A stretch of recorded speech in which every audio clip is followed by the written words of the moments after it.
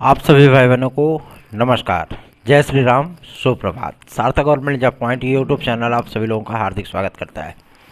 कल शाम की वीडियो में मैंने आप सभी लोगों को बताया था कि पीसीएस 2023 का साक्षात्कार का जो परिणाम आना है, फाइनल रिजल्ट, वो किसी भी वक्त आ सकता है। और जो मैंने आप सभी लोगों को 3 दिन का टाइम दिया था, उसी के भीतर ये परिणाम आया है। कल हमने आप सभी लोगों को बता दिया था कि एक मीटिंग चल रही है उत्तर प्रदेश लोक सेवा आयोग में, और ये परिणाम आप सभी लोगों का किसी भी वक्त जारी किया जा सकता है, और हो भी गया, वो परिणाम आ भी गया है। मैं आप सभी लोगों को जो भी सूचनाएं देता हूं, हमेशा से ही आप सभी लोगों के लिए बेहतरीन कार्य करने का प्रयत्न मेरा होता है। और मेरे इस प्रयास में हमेशा से ही एक लगन सी होती है, एक आग सी होती है कि हमारे भाई बहन, चाहे वो हमारे सीनियर हों, चाहे वो हमसे समकक्ष हों या हमारे जूनियर हों, उनको उनके प्रतियोगी जीवन से संबंधित समस्त सूचनाएं सत्य मिले, शाश्वत मिले, सार्थक मिले। इसीलिए आप सभी लोगों के बीचों में जब हम रिपोर्टिंग करते हैं, जब आप सभी लोगों को कोई अपडेट देते हैं, तो हमारा प्रयास यही होता है। आज एक बार फिर से सार्थक government job point YouTube channel की खबर को फिर से मुहर लगी है सत्यता की, और हमारा यही प्रयास रहेगा कि हम आप सभी लोगों के लिए हमेशा ही सत्य कर्मठ तरीके से प्रयास कर सकें। चलिए आगे बढ़ते हैं, बात करेंगे आपके पीसीएस एक्स्ट्रा अटेम्प्ट को लेकर के। तो कल प्रस्ताव भेज दिया गया है लोक सेवा आयोग के माध्यम से, और सबसे बड़ी चीज़ ये है कि इन सारी चीज़ों में लोक सेवा आयोग ने ये जानकारी स्पष्टतः दे दी है कि यदि एज को एक्सटेंड किया जाता है तो ओटीआर करने वाले विद्यार्थियों की संख्या तकरीबन 2.25 लाख होगी, और आवेदन करने वाले विद्यार्थियों की संख्या तकरीबन 2.25 लाख ही होगी। ठीक है ना, मतलब 3 लाख तक के आवेदन नए हो सकते हैं जो ओवर एज विद्यार्थी हैं।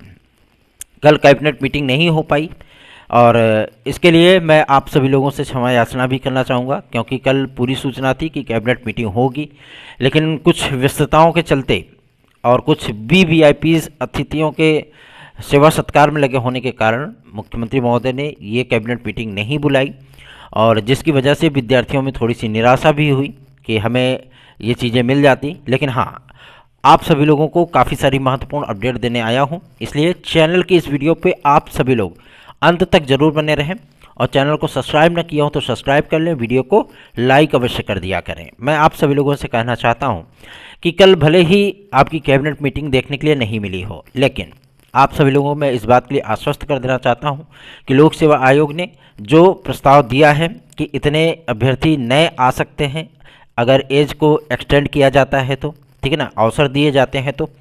और ऐसी परिस्थितियों में मैं आप सभी लोगों को बताना चाहता हूं कि कई आपके जो मंत्रिमंडल के सदस्य हैं, माननीय मंत्रीवर हैं, जाहिर सी बात है कि उन्होंने भी आप सभी लोगों का सपोर्ट किया है। ठीक है, आप सभी लोगों के इन प्रयासों में जब हम सभी लोग प्रयास मिल करके करते हैं तो जनप्रतिनिधियों के माध्यम से कुछ न कुछ बेहतरीन सा निकल करके जरूर आता है। मैं आप सभी लोगों को इस बात के लिए आश्वस्त करना चाहता हूँ कि आप लोगों को आवेदन करने के लिए कम से कम 3 से 4 दिन अवश्य मिल जाएं। ठीक है ना, और ये अवधि भी बहुत होगी, क्योंकि हमारे सीनियर भाई बहन बहुत पंचुअल होते हैं, वो चट पट करके काम फुर्सत हो जाते हैं, वो ज़्यादा लाग लपेट नहीं करते हैं। और वैसे भी ओटीआर में अब ज़्यादा समस्या है नहीं, बस आपको हाई स्कूल की पूरी डिग्री सबमिट करनी है, कब पास किया, कैसे क्या चीज़ें हैं, बस उसके बाद सारी चीज़ें फिनिश। ठीक है ना, और आपको फाइनल सबमिशन कर देना होता है, और आवेदन करने में भी ज़्यादा अवसर नहीं लगता, ज़्यादा टाइम नहीं लगता है। ओटीआर नंबर डालिए, फटाफट सारी चीज़ें आ जाएंगी, कैटेगरी चुन लीजिए, सारी चीज़ें किस में आप आवेदन करना चाहते हो, बस काम खत्म है ना, फीस पेमेंट करिए, प्रिंट आउट ले लीजिए। तो अब वो सारी समस्याएं नहीं रह गई हैं। ठीक है, तो आप लोगों को मैं इस बात के लिए आश्वस्त करना चाहता हूँ, सिर्फ आपको साथ देना है, साथ जुड़ना है, क्योंकि आप लोगों के लिए जो कार्य होता है, जो रिपोर्टिंग की जाती है, वो सत्यता की पराकाष्ठा पे जा करके की जाती है। मैंने आप सभी लोगों से जो चीज़ें कही कि आज परिणाम किसी भी वक्त आ सकता है, आ गया परिणाम। ठीक है ना, जो हमारे भाई बहन इसमें सिलेक्ट हुए हैं, जाहिर सी बात है उनको शुभकामनाएं, बहुत बहुत शुभकामनाएं, और जो असफल हुए हैं वो आगे के लिए प्रयास करें। 2024 उनके लिए एक बिगेस्ट अपॉर्चुनिटी हो सकती है, क्योंकि पदों की संख्या 544 क्रॉस कर चुकी है। ठीक है, और ये पीसीएस प्री होते होते और इसका परिणाम आते आते इन पदों की संख्या 800 तक पहुंच जाएगी। ठीक है। तो आप सभी लोगों को एक बड़ा विज्ञापन पीसीएस 2024 का देखने के लिए मिला है।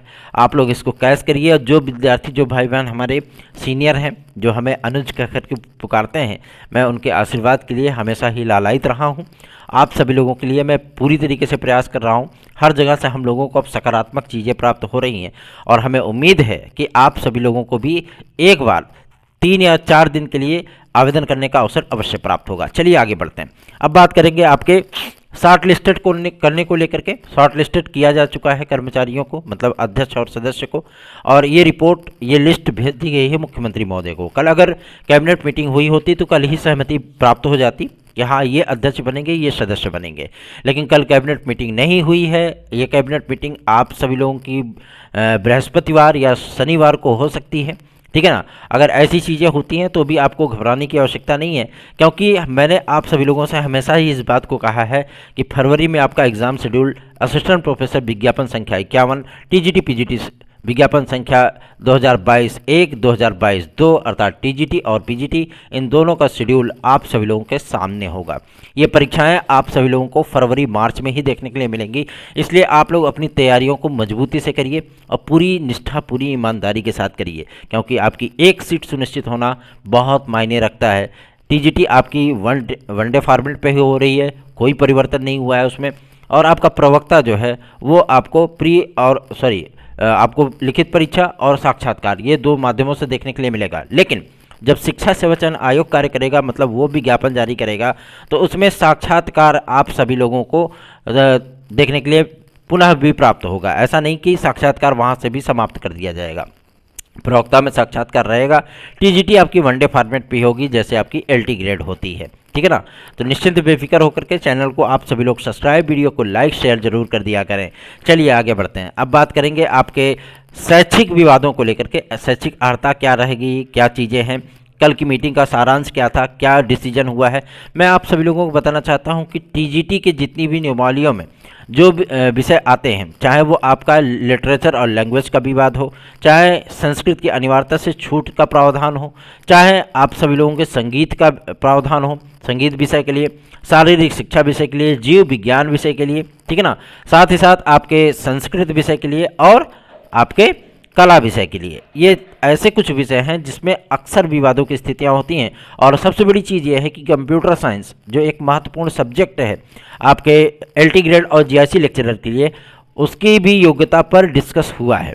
अब क्या डिस्कस हुआ है, क्या योग्यता रखी जानी है, सेम टू सेम वही योग्यता आप सभी लोगों की होगी जो आपकी एलटी की होगी, सेम टू सेम यहीं पे टीजीटी की होगी। लेकिन आप सभी लोगों को मैं बता दूं कि जो संगीत में आपकी टीजीटी की योग्यता होती है, जो जीव विज्ञान में नई डिग्रियों को ऐड किया जाना है, जिसमें बायोकेमिस्ट्री, नैनोबायोलॉजी, बायोटेक्नोलॉजी, माइक्रोबायोलॉजी, ये तमाम वो डिग्रियां सम्मिलित हैं जिनको इसमें ऐड किया जाना है, ठीक है ना।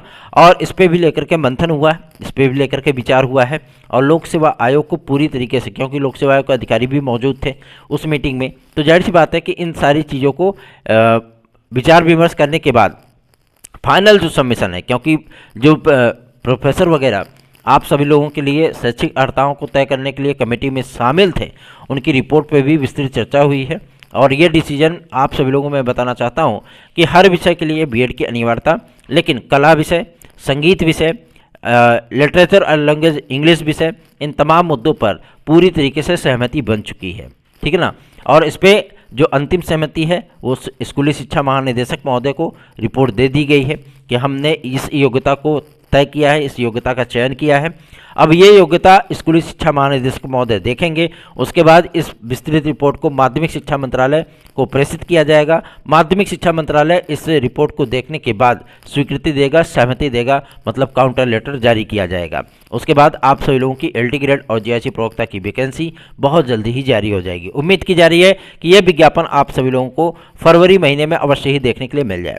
लेकिन अब विद्यार्थी ये सोचेंगे कि अगर फरवरी में विज्ञापन आया तो पूरा फरवरी हमारा आवेदन चलेगा, आधा मार्च तक आवेदन चलेगा, फिर एग्ज़ाम कब होगा। एग्ज़ाम जो लोक सेवा आयोग की स्ट्रेटेजी है, मैं आप सभी लोगों को बताना चाहता हूं, इस एग्ज़ाम को कराने के लिए लोक सेवा आयोग के जो अधिकारीगण बता रहे हैं कि इसको मई में कराने का प्रावधान है, कि मतलब हम मई में एलटी और जीआईसी दोनों को करा लें, ठीक है ना।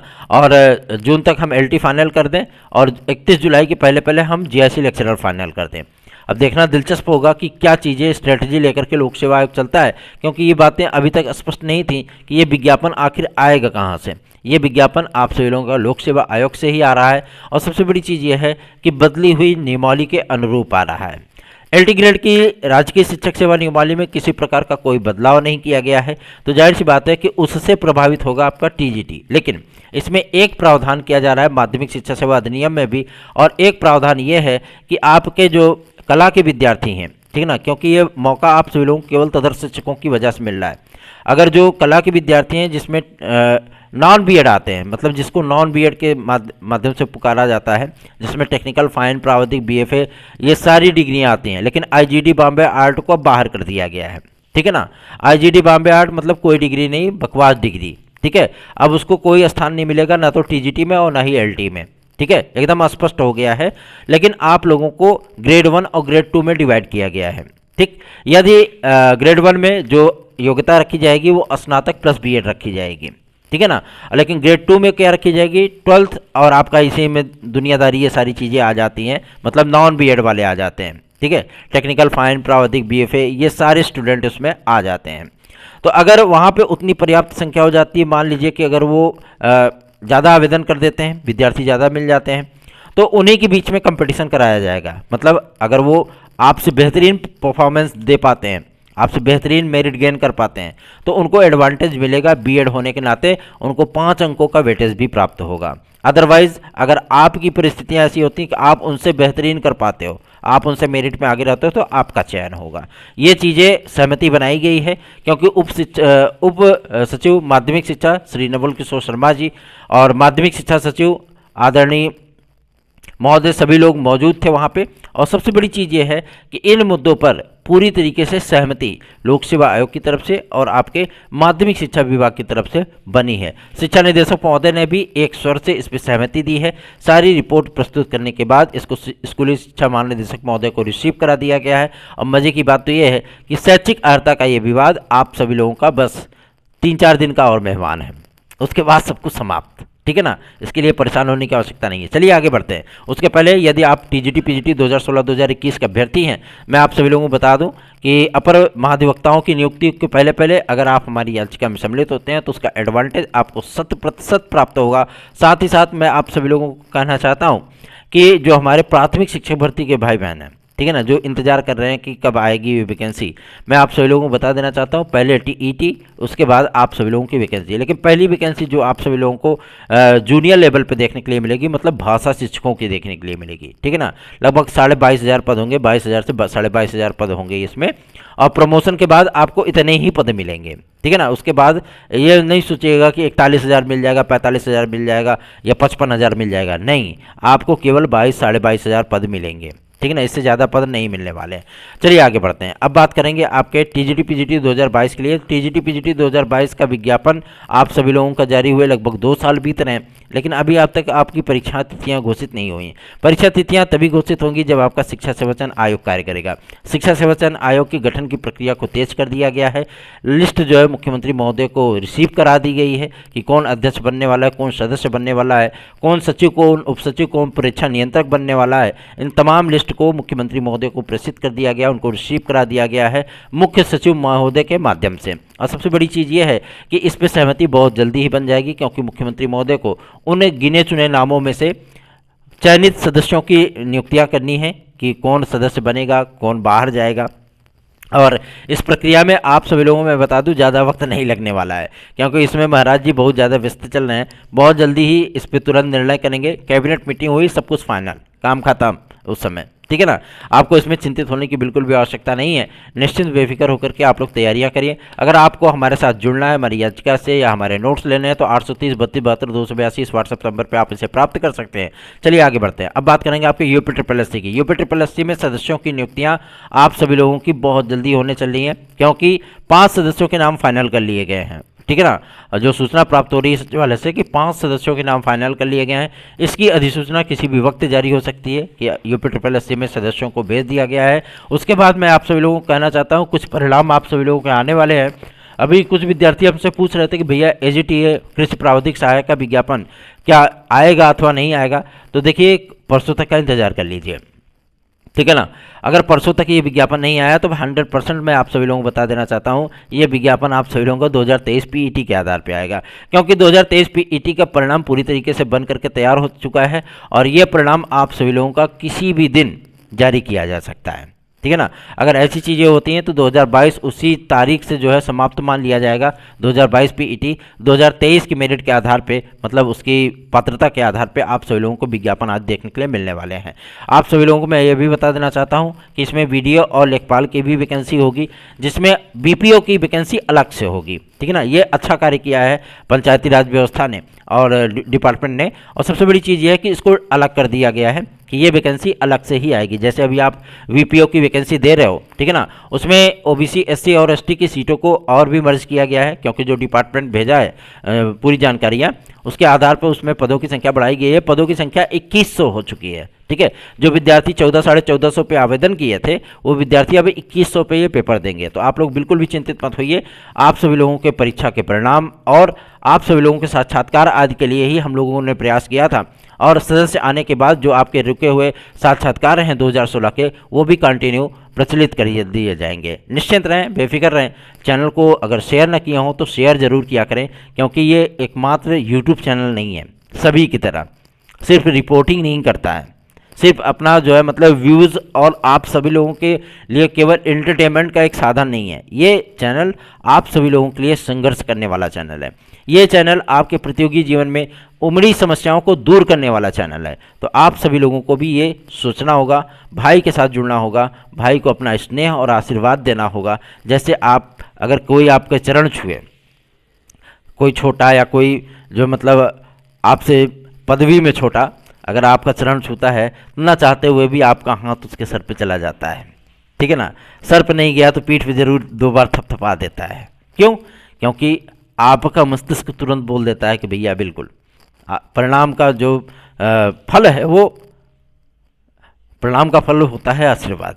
सीधी सी चीज़ें ये भगवान श्री कृष्ण ने गीता में कहा है। इसलिए मैं आप सभी लोगों को प्रणाम करना चाहता हूँ, आशीर्वाद दीजिए। अधिक से अधिक चैनल को शेयर किया करिए, वीडियो को लाइक किया करिए। कुछ हमारे बीएड के विद्यार्थी भाई बहन भी इस बात को लेकर के चिंतित हैं, भैया हम लोगों का क्या होगा, हम लोग पीआरटी में आएंगे कि नहीं आएंगे। मैं आप सभी लोगों से कहना चाहता हूँ, पीआरटी में आना या ना आना अब ये पूरी तरीके से डिपेंड है किसके ऊपर? केंद्र सरकार के ऊपर।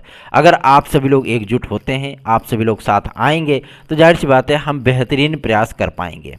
अधिक से अधिक बीएड के विद्यार्थियों को चैनल के साथ जोड़िए, ताकि हम सभी लोग भी केंद्र सरकार पर और जनप्रतिनिधियों पर दबाव बना सकें, एक प्रभावी दबाव बना सकें, जिससे कि उन्हें लगे कि हाँ लोकसभा का चुनाव है और इतने सारे विद्यार्थियों की संख्या एक जगह पे है ना, कि कुछ भी तंत्र मंत्र कर सकते हैं ये। तो जाहिर सी बात है उसका एडवांटेज तो आपको मिलेगा, उसमें कोई दो राय नहीं है। ठीक है ना। आप सभी लोगों को भी दबाव की राजनीति करनी होगी। अगर आप इसमें सफल हो गए तो आपके लिए ऑर्डिनेंस तैयार है पूरी तरीके से, बस मोदी जी को बस कहना है। ठीक है ना। एमएचआरडी निर्देशित करेगी, फटाफट जो है मतलब आप सभी लोगों का ऑर्डिनेंस जारी हो जाएगा और तुरंत का तुरंत सारी चीज़ें, घड़ी की सुइयाँ जो है फिर से वैसे ही आ जाएंगी 28 जून सन 2018 पे। ठीक है ना। अभी आप सभी लोग दंश से जल रहे हो, लेकिन आप लोगों में अभी तक जागरूकता नहीं आई है बिल्कुल भी। फलनवा जुड़ जाए, ढमकवा कर दे, ये कर दे, वो कर दे, इनके कहने से हो जाए, ये चीज़ें हो जाए तो हम भी आ जाएं। हम क्या अकेले ही आएंगे? बहुत सारे लोग आएंगे, जिसको लाभ होगा एक व्यक्ति को तो होगा नहीं, सभी को होगा। ये सोच अपनी बदल दीजिए। ठीक है ना।